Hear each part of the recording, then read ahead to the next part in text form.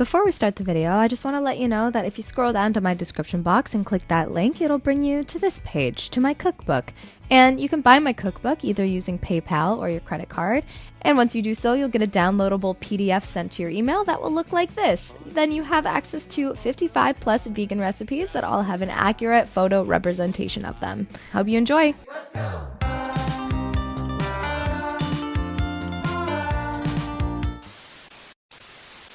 Hola there, my beautiful friends. I hope you're having a fantastic day, and I'm so happy that you're here joining me on this gluten-free What I Eat in a Week. Starting today off with pancakes. What better way to, one, start a video, and two, to start a day? Gluten-free oat blueberry pancakes. Anybody else love blueberry pancakes? They're my absolute favorite type of pancakes, and I decided to add a little bit of a crunch to this one with some walnuts. I'll leave the full recipe down in the description box for these. It's super simple, only a few ingredients, and they don't take long to whip up, and they also flip really well and hold really well.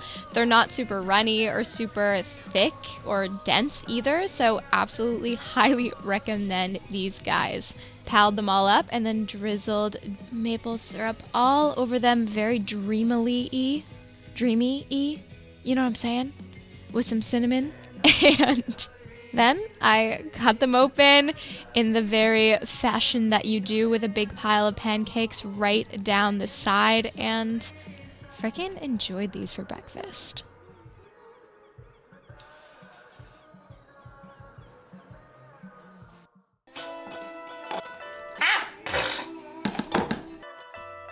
If you've been hanging out with me for a while, you may be wondering, Julia, you didn't start the day off with a coffee or a matcha or a hot chocolate. What the hell is going on? And I've come to terms with the fact that I really need that moment for myself. This week, I'm not going to be showing you a lot of my morning drinks just because I need some boundaries around my filming. Not that I don't want to bring you guys along, or not that filming hinders me in my life very much, but I still think it's good to set boundaries with what you need and want in your life, and to have a peaceful moment for myself, just for myself, is really liberating and freeing. Anyways, tacos. Tacos are also liberating and freeing. I don't actually know the history of tacos and if that's true, but for me, internally, they are liberating and freeing because they are absolutely freaking delicious. I'm sauteing up some tofu and some lentils that I soaked, seasoning them with some nutritional yeast, chili powder, chipotle, garlic powder, and some parsley, mixing that all on up until they got a nice little crisp on them. And then look at my spoon, it has a fucking elephant on it. Sorry for the F word, I'm really sorry, but it has a freaking elephant. I love elephants so much. And then I decided to cut my avocado in the very aesthetically pleasing fashion that I've seen on Instagram a million times, and I usually... No! Not the avocado! I usually don't have the patience to do that, but I decided to give it a try. And then look at this super appetizing and delicious refried bean can. Yeah, it looks freaking disgusting, but refried beans are delicious, and it's so much easier to buy them in a can. To warm up my tortillas, I threw them in the oven and then got chopping up some cilantro and some red onion. I chopped some red onion for the tacos itself, but then I just decided to chop the whole red onion and warm up the...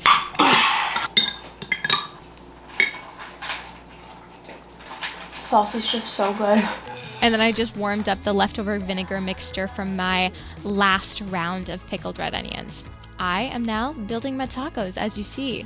Layered it with my refried beans, my crispy tofu mixture, my red cabbage slaw thing, avocado, pickled jalapeno, red onion, and cilantro. These were so colorful, so beautiful. They are an absolute messy masterpiece. And to me, food that just simply lies there on the plate without really trying very hard is a friggin' masterpiece.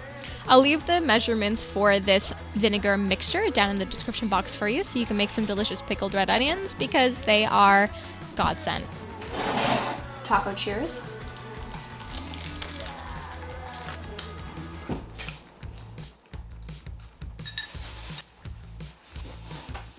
Does anyone else feel like a tortilla chip is just the socially acceptable thing to get salsa into your mouth? Because otherwise I would always just eat it with a spoon. And for dessert this evening, half of a peanut butter Oreo cup that isn't actually Oreos because they're gluten-free. I don't know. It was gluten-free unless they lied to me. The next morning, I went out with a friend for a walk. We did a little forest walk and then stopped at this coffee shop near my place to grab a breakfast cookie and, of course, a coffee. When I got home, I made myself some breakfast. And to start this breakfast off, I chopped up a couple red potatoes just in bite-sized cubes, about a centimeter to half of an inch in size. Chopped the ends off some carrots and then actually ribboned the carrots using a peeler. So I just find this such a fun way to eat carrots. It does take a little bit longer and some dedication to get it done, but trust me, it is definitely worth it. Maybe not all the time, but it is. I got my potatoes in the pan, seasoning them with some salt, pepper, and some chili flakes, and then just boiling up some red lentils, split red lentils. While that was all going on, I also chopped up some sun-dried tomatoes, and this avocado was actually sent from the freaking heavens, like not an imperfection at all. We love an avocado like this. I got my carrot, avocado, sun-dried tomatoes, and some pesto in a bowl, along with some lemon juice, sprinkle a splash of white balsamic vinegar, and our boiled split red lentils. Mixed that all together and then got that onto a beautiful plate, along with our crispy potatoes. Threw some fresh basil on top, along with our pickled red onions, and this was absolutely delicious, something I've never made before, but really fun. I was craving freshness, I was craving protein, I was craving crispy potatoes, and this is what I come up with. Experiment in the kitchen. It's fun and exciting, and you never know what the heck you're gonna end up on your plate. What? You never know what the heck you're gonna end up with on your plate. And it could be delicious, so try it out.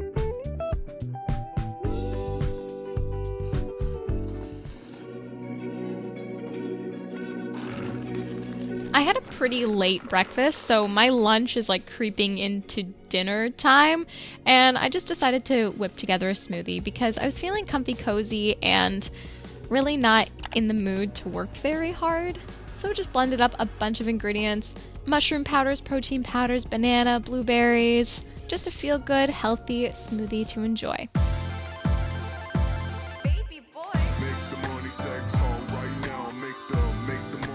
For dinner, I was inspired by fruity, savory, spicy, and I recently had a mixture of quinoa and rice, and it was absolutely delicious, so I decided to make my own little mixture here and got that on the oven, on the stove. You know what I'm saying.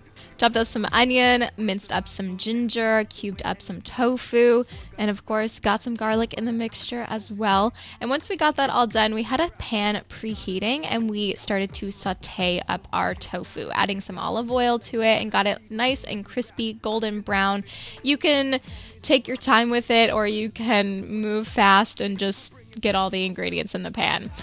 After the tofu was golden brown, I got my onion and ginger and garlic in there. After a few minutes of letting that warm up, I added my yoy joy sam, which I feel like I still am not saying right, but yoy joy sam, green peppers, and some frozen mango. Yes, frozen mango was so fun, so freaking delicious. I just wanted savory, fruity, spicy. What better reason to have a glass of wine than you can and you want to?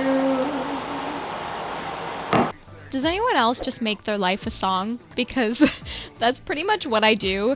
None of my life songs make any sense or would ever end up on an album, but they're fun to sing, and I don't know, I like using my voice. I think it's a beautiful way to add some spice and elegance to your life. I got my stir fry in my bowl along with my rice, topped it off with some sesame seeds and a chunk of lime. This was super fun. Again, something I've never tried before, but highly recommend adding some fruit into savory dishes.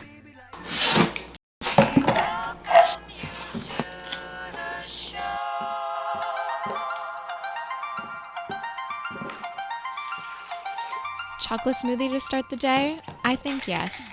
A couple bananas, water, cocoa powder, protein powder, cocoa nibs, walnuts, vanilla, chaga mushroom powder, reishi mushroom powder, and because my protein powder doesn't have any sugar or stevia in it, I added a splash of maple syrup, some peanut butter, and lots of ice because I had no frozen fruit in this.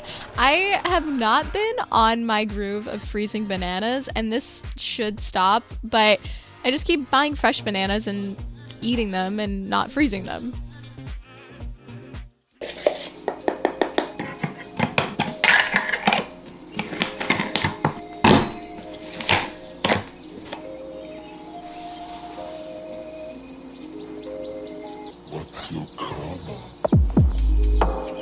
A bit after our AG1 moment, we had to have some lunch. I wanted to make some pasta, gluten-free pasta, obviously. So that's a brown rice pasta. And once we got that boiled and cooked, I strained it, set it aside, and then just got some frozen veggies into the water that was already boiled. And let's make a green sauce. List up some cashews, half of an avocado, a bunch of spinach, and a bunch of basil as well. A few splashes of white balsamic vinegar, and a chunk of tofu, just to add a little bit of protein to this meal. Nutritional yeast, garlic powder, onion powder, and a splash of salted pasta water. Blended that on up until it was nice and creamy and smooth. Got all of my ingredients into that pot and drizzled it with my green sauce. Green sauces and smoothies are such a great way to add some extra veggies and fruit into your life. Obviously, this doesn't have any fruit in it, but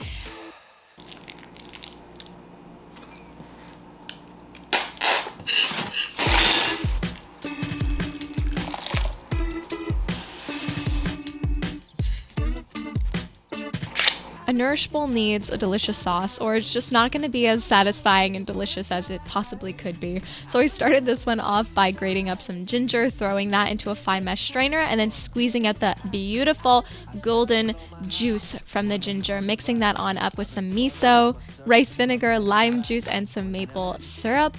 I used the leftover rice and quinoa mixture that I already had, just throwing that into the microwave because I didn't feel like cooking rice this evening. And use your leftovers, my friends. They're there for a reason.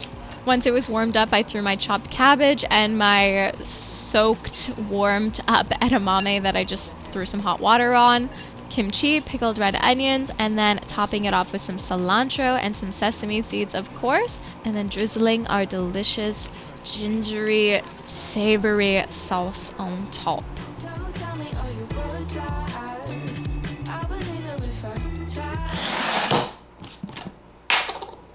So I had this oatmeal, this beautiful chocolatey blueberry oatmeal, which I'm not gonna lie isn't that beautiful anymore, sitting in my fridge for several days.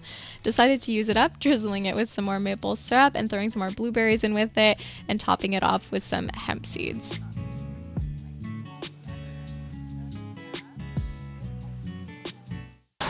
Staring out the window, reaching for a North Star. I had a very Aaron-heavy sunny day. As you can see, the sun does not shine very much in my videos anymore because I live in the mountains and it always freaking rains where I live and it's kind of depressing, but the sun is shining and these tacos are freaking gorgeous. This is happiness. This is happiness. And also just being able to throw together a quick meal and not work very hard is also happiness and ease, and you deserve that in your life. I had some leftover tortillas that I overcooked, so I just munched on those with some salsa and enjoyed the sun, really. I was feeling a mocktail, but this mocktail, just really didn't end up that great. But it consisted of some koso, which is a fermented syrup, vegan collagen powder, and some cherry juice. Oh, I want bubblies, but I don't have any bubbles. My friend, which is a boy, by the way, I've been slyly not mentioning anything about it because, I don't know, it means a lot to me. And I'm trying to create personal boundaries with myself and the internet. But this wonderful boy, person, brought me some of his leftover dinner because I had a really busy day and it was really nice.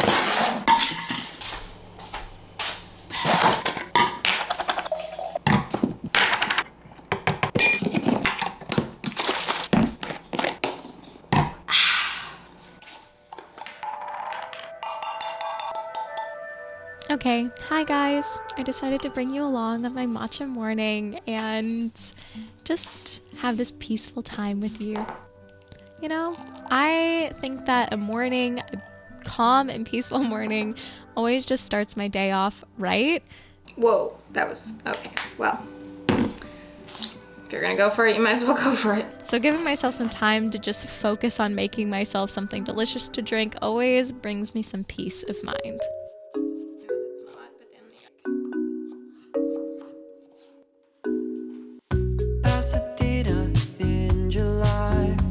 For lunch, I found this PB2.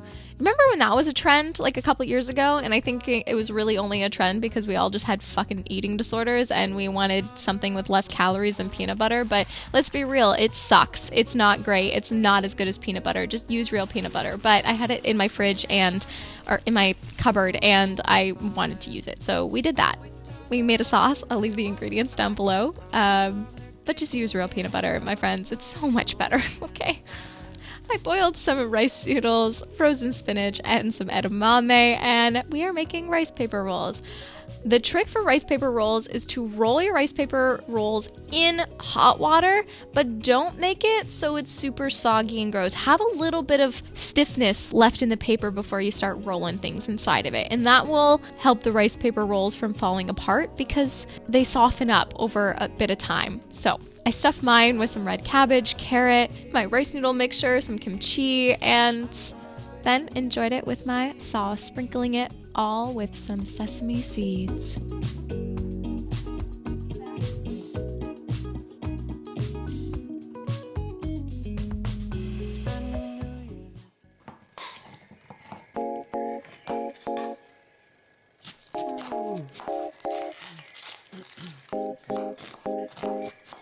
For dinner, we are having some pasta and some salad. I'm not going to show you how to make the salad because my friend made it.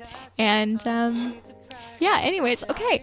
Let's stop daydreaming, Julia. Okay, we chopped up some onion and garlic, some mushrooms, got some oil in our pan, and then threw our chickpeas in there, seasoning it with some salt and some pepper, and let that do its thing until they got a little bit crispy. Boiling some pasta water, adding some salt to our pasta water, and add more salt than you freaking think you need because trust me, my friends, it makes the pasta so much better. Once our chickpeas were a little bit crispy, I added some rosemary that I threw in the mortar and pestle to break down into a powder instead of having chunks of the rosemary. I also threw some chili flakes and some thyme in here. Let the spices warm up for a hot second, threw our onion, garlic, and mushrooms, sauteed that for a hot minute, and then got our sun-dried tomatoes and some cherry tomatoes in here too. Threw my pasta back in, and some pesto. Make sure everything was combined really well, and then just served it in the cast iron pan alongside our kale salad that has a spicy Dijon mustard dressing on top. I feel like this is not needed to be mentioned, but obviously this pasta is gluten-free. I used a brown rice pasta. Brown rice pasta is my favorite type of gluten-free pasta. And this is where we're going to end the video. I really hope you guys enjoyed it. And if you could do me a massive favor and hit that like button and the subscribe button if you haven't already. I always hate saying this because it makes me feel really weird, but it truly does support my channel and help my content reach more people. I'm sending you all so much love, and I hope you have a beautiful rest of your damn day. Mwah!